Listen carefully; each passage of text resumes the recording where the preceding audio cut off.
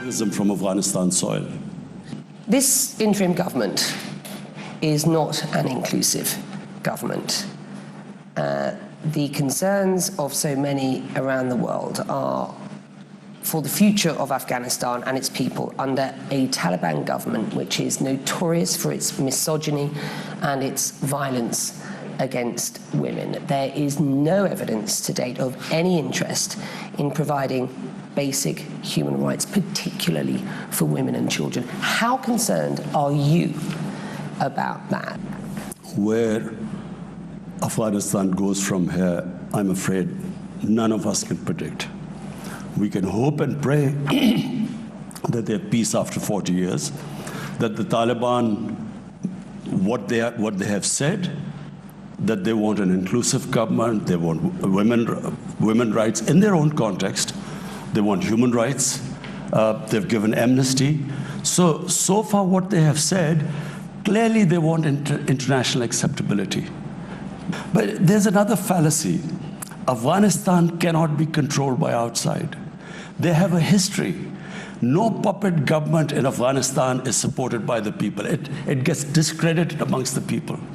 So rather than sitting here and thinking that we can sort of control them, we should incentivize them. Because Afghanistan, this current government, clearly feels that without international aid and help, they will not be able to stop this crisis. So we should incentivize them, push them in the right direction. If it seeks legitimacy, it will need to show evidence that it shares the values of those that it is seeking legitimacy for, and that being the West, for example. I grew up watching you as a star of Pakistan's cricket team. The Taliban have said that women shouldn't play cricket. In fact, they've said women shouldn't be involved in sport at all. This is the sort of Taliban that we are seeing today. Do you support that? I mean, women have been protesting about more inclusivity, about their rights. We know women, first-hand experience, women are too frightened to come out their homes. They're too frightened to go to the workplace if they're allowed at all. Do you support their calls? I feel very strongly that it's a mistake to think that someone from outside will give Afghan women rights. Afghan women are strong. Give them time. They will get their rights. Should women have access to the same roles in public and in private life? Of course, women should have the ability in a society to fulfill their potential in life. The society... So you won't be able to support a Taliban government that doesn't allow that? Is that what you're telling me? No. What I'm saying is that you cannot impose women's rights from abroad. That just...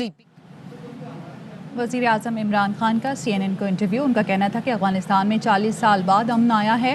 Afghanistan को बाहर से control नहीं किया जा सकता है। तालिबान आलमी सतह पर ख़ुद को तस्लीम कराना चाहते हैं। उन्होंने कहा कि अफ़गानिस्तान को बाहर से कंट्रोल नहीं किया जा सकता है। अफ़गानिस्तान में 40 साल बाद अमन आया है। तालिबान आलमी सतह पर ख़ुद को तस्लीम कराना चाहते हैं। वज़ीर आज़म इमरान खान गैर मुल्की मीडिया को इंटरव्यू दे रहे हैं। उन्होंने कहा कि तालिबान आलमी सतह पर ख़ुद को तस्लीम करवाना चाहते हैं। Ahead on Connect the World. Right now I want to bring in our international diplomatic editor Nick Robertson, who's been reporting this past week from Kabul. वज़ीर आज़म इमरान खान की जानिब से इंटरव्यू दिया जा रहा है CNN को। उन्होंने कहा कि अफ़गानिस्तान में ख़वातीन के हकूक़ का तहफ़्फ़ुज़ वो ख़ुद करेंगे। तालिबान के हवाले से वो बात करें। उन्होंने कहा कि अफ़गानिस्तान में 40 साल बाद अमन आया है और अफ़गानिस्तान को बाहर से कंट्रोल नहीं किया जा सकता है। तालिबान आलमी सतह पर ख़ुद को तस्लीम कराना चाहते हैं। उन्होंने कहा कि तालिबान को अपनी बका के लिए आलमी मदद की ज़रूरत है। अफ़गानिस्तान में क्या होगा कोई पेशगोई नहीं कर सकता है। अफ़गान ख़वातीन ताकतवर हैं, वो अपने हकूक़ हासिल कर लेंगी। We trained the Mujahideen to do jihad in Afghanistan. Amongst them was Al-Qaeda, Taliban were part of the Mujahideen groups. We trained them that foreign occupation, fighting against them is a sacred duty, is jihad, is a holy war. Fast forward to 9/11, US needs us in Afghanistan. George Bush asked Pakistan to help. And he famously said, we will not abandon Pakistan again. Pakistan joined the US war in Afghanistan. Was I the Prime Minister, I would never have done that. Firstly, the same Mujahideen, now we are telling them because US has invaded Afghanistan, now it's terrorism. They turn against us. Then all the tribal belt of Pashtuns on our side of the border, the Pashtun nationalism kicked in. So they had all sympathies with the Taliban, not because religious ideology, because of Pashtun ethnicity. So you must understand what happened. No, I really want people to know. They turned against the Pakistan army as collaborators. So the jihadis turned against us, the Pashtuns turned against us, and the more we tried the military operations in civilian areas, the more collateral damage, the more. So we had 50 militant groups attacking us. And on top of it, they must also know there were 480 drone attacks by the US in Pakistan.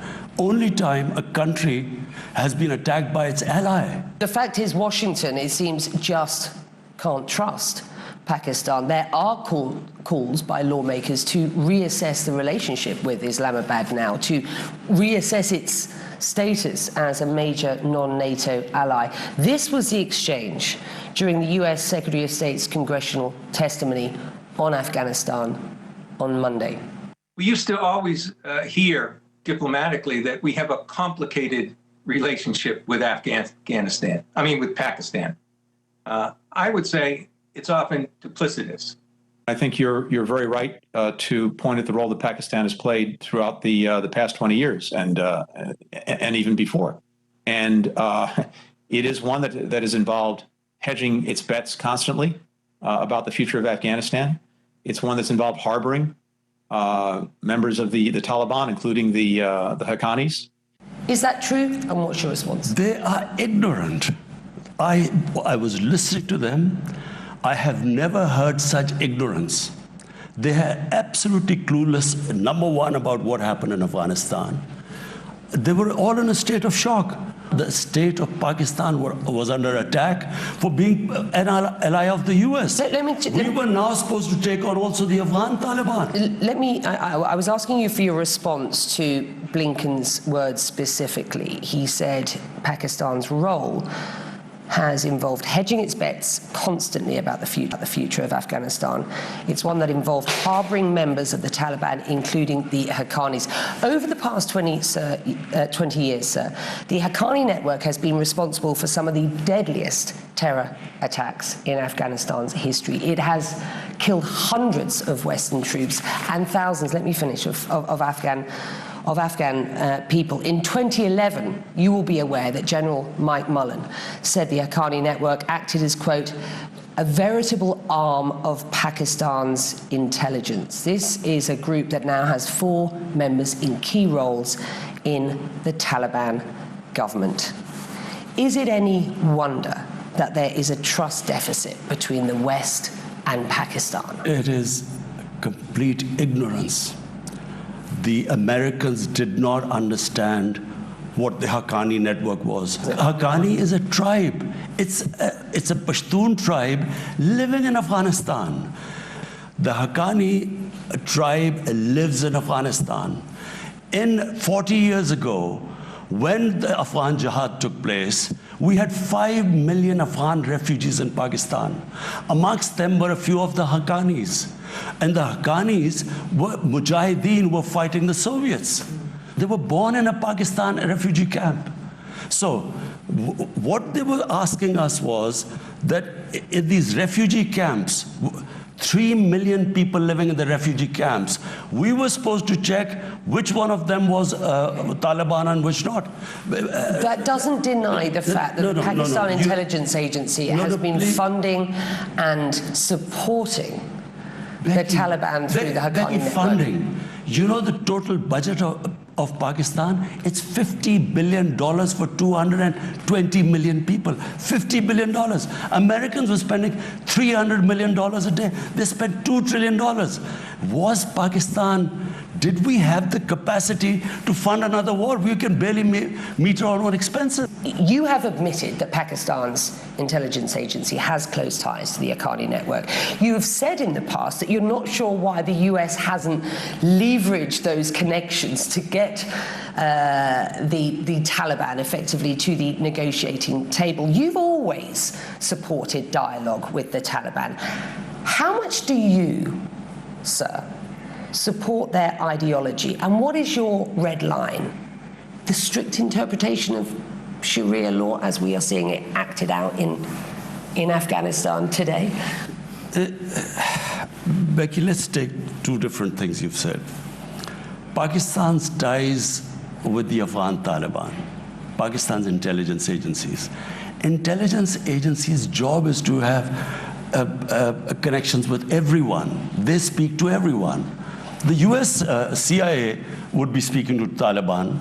You know, they have to. That's the job of intelligence agencies. Question is, was Pakistan in a position to take military action against the Afghan Taliban when it was already being attacked from inside? The Pakistani Taliban were attacking the state of Pakistan. Let me just